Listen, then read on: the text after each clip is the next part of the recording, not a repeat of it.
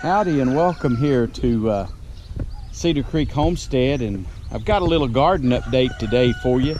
I'm dressed like it's winter time, but got up this morning and it was in the 50s and the wind's out of the north, and not real hard out of the north, but it may be enough that it picks up here on camera. But it's kind of chilly out here. We've had a little cool front, but it's supposed to get back up in the 70s today. And but then the next few days, I think the highs are in the 60s. So you know, that seems cold after you've been used to, we had like 91 degrees just a few days ago. Anyway, I'm just gonna walk through here and give you a little garden update. Before I do that, if you're not a subscriber, we would love to have you. Want to say a shout out to all of our new subscribers. We sure appreciate your subscriptions, and those that have been with us for a long time, we appreciate you too. And if you like the video, give us a thumbs up. When you subscribe, if you'll click that little bell that comes up after you subscribe, then it'll notify you when we update videos.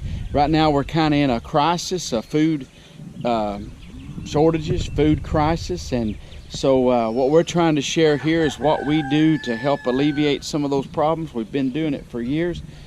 I know some of them are already showing me they've been getting green beans and stuff, like people down in South Texas and over on the coast, and I think, man, y'all folks are lucky out there. But you get so much warmer. I think my rooster wants to be on camera. They get so much warmer than what we do early. So we're just haven't been able to plant very long, but I'm just going to show you the big garden, what I call our big garden out here, just show you how things are going. I know some have said they'd like to see some follow-up on this, so yeah, here it goes. But our cucumbers, and there's not a whole lot of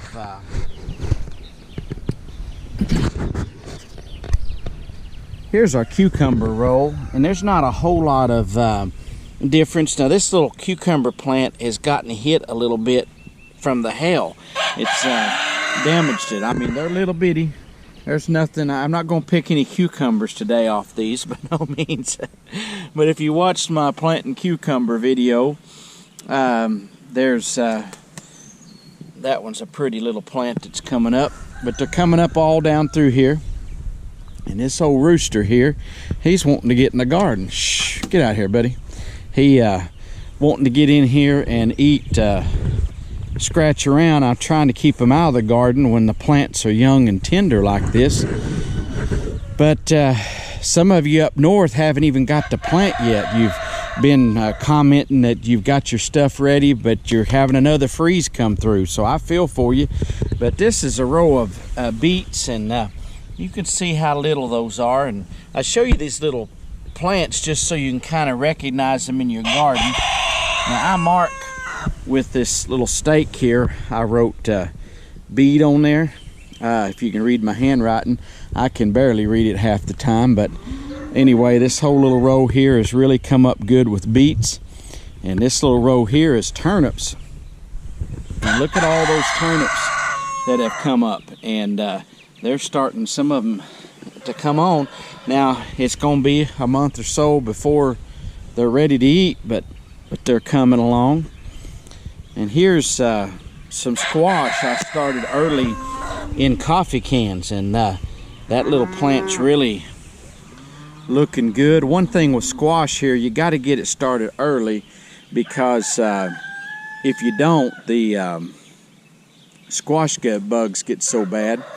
But there's some squashes, and this particular hill has one that's come up right there. And here is some zucchinis that's come up down here. And then I have watermelon and cantaloupes planted in this row, and they're looking good. They're kind of spotty. I planted these watermelon seeds I had that's left over from a couple of years ago, and I can't remember the name of these. Sorry, but watermelon's watermelon. I'm not a big watermelon eater, but Josie is, and some. But I think I've only had one or two little plants come up of the watermelons, so I may have to replant those if I want to grow some. And I've got my peppers planted. And these, I keep my sweet peppers away from the hot peppers. And these are bell peppers here. These are this big Bertha variety here. And then these are just regular bell pepper plants. And 5 plants. I don't know what the deal is here in Oklahoma. You can see this one's already starting to bloom. It's got little bell peppers on it. But here in our neck of the woods, pepper grows really, really well. They hot and bell peppers. We'll have all that we can possibly use, and we'll give away a bunch every year, and 5 plants will bring plenty. I ought to open up a bell pepper farm here. It does so well. I don't have anything planted here. You can see some little weedlings coming up. But this is black-eyed purple hull peas, and this row of them, you know, they're looking pretty good. They didn't come up real thick like I would have liked them to, but this will make a mess anyway. 2 or 3 of black-eyed peas. And this row right here of these taller pretty plants is my green beans, and they're really looking good.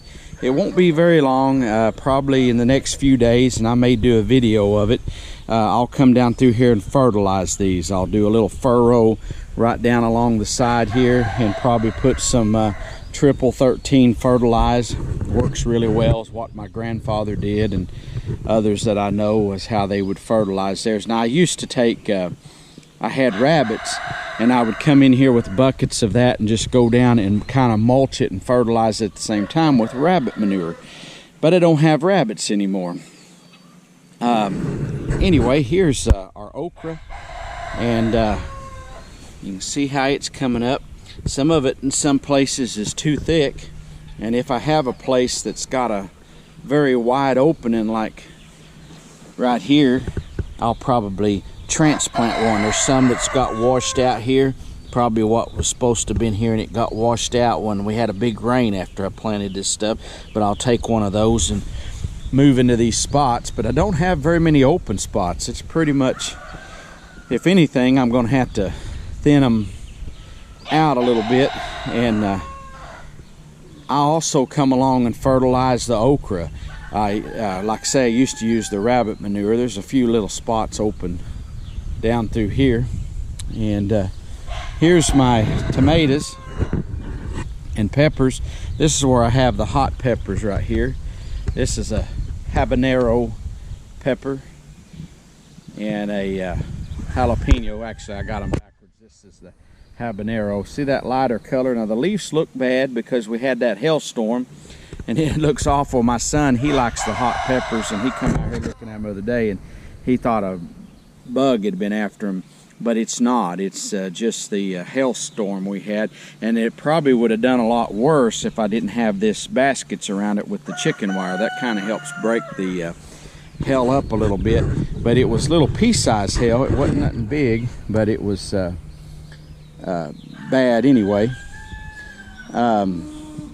Here is a cayenne pepper, and here's a hot banana pepper. I don't know if you like banana peppers or not, but that's a hot variety. I love banana peppers, but I don't like hot ones. But that was planted for our son. He likes to put them in stuff like jerky and things and different recipes. But here is my row of tomatoes, 3 different rows here. We have about a little over 100 total tomato plants this year, and I have planted twice this many. In fact, I've planted up to 250 plants before out here, but I would double the rows. And this year I'm doing single rows because the last few years it will get this kind of a virus or wilt, and I was hoping that not being so crowded up, they'd get more airflow and do better. But I want you to look at my coffee can tomatoes here, and they're blooming. This is a Better Boy variety, but if you've watched me throughout this, I started this these in coffee cans, and early transplanted them, and they are actually the best looking tomatoes in the garden. These other tomatoes, I just want to show you something here. This tomato plant right here This one is the very same age as this one, and I just want you to see the difference in how big that plant is compared to that one. And these were planted out here the same time. Now these were purchased the same time, and I left these in their little carton that they come in from the store, kept watering them, and then these I put in these coffee cans, and the roots, it sets them back when you transplant. Well, these basically, the transplanting didn't make any difference on them. They just kept coming right along. And nowadays with this weather that we have, you need to get your tomatoes out quickly. If I had any kind of a recommendation about tomatoes, is get them, I hear you up there, old rooster, is get these things started as soon as you possibly can in your garden. And it seems to me like I have the best success when I get my tomatoes started early. Just once again, because almost every time I do a garden video, you can see all these white pipes. Those are what I water in, and you just take your water hose, go down through there and fill up each pipe. Once a week is all they need. Even in the hot summer, once a week's plenty. If you want to use fertilize, you can put it in the pipe, or you can add Epsom salt in the pipes. If you want to do that, I do that. I go down through here and put a couple tablespoons of Epsom salt in each pipe. I haven't done it yet, but that helps with the blossom end rot. And I'll do a video about tomato planting, but just show you kind of what I do here, why I do this. And you can see each one's got its own little pipe. It doesn't take long. Other than, I'll keep a water hose stretched down through here, and so that I can just easily go down through and fill up the pipes. And I'll probably have two hoses, one down in the center of each row where I can just walk back and forth, and I'll have it hooked into a Y here on my main water hose. But I haven't had to water them yet. We keep getting enough rain, and hopefully I won't have to do much, but it will get time later that we will have to water some. But you can mix up a big jug of Miracle Grow and take a gallon and pour a gallon of that every once in a while. And when they go to producing, I'll probably do that whether I need to or not, whether it's enough rain or not. I'll probably go ahead and water them with a gallon of Miracle Grow once a week, and have a certain day, like do it on Monday afternoons, that you water all of your peppers and tomatoes with a gallon of Miracle Grow, or whatever you like. There's so many different solutions. Some people don't like Miracle Grow. I have pretty good luck with it here. But anyway, we're trying to get a good garden going. This is early season crops, what's come up, and the days have started getting warmer. The nights have been warmer until now. Now we've had a little cool down, but I think everything's up and going enough that it will make it. I hope you can hear me over all the chickens and roosters and turkeys and all the stuff. I hope you enjoyed this little update on the video. I've been enjoying reading all of your comments, what you're doing and how your gardens are coming along. And I know some of you've already got stuff. You're eating green beans and new potatoes already, and my green beans are just like that.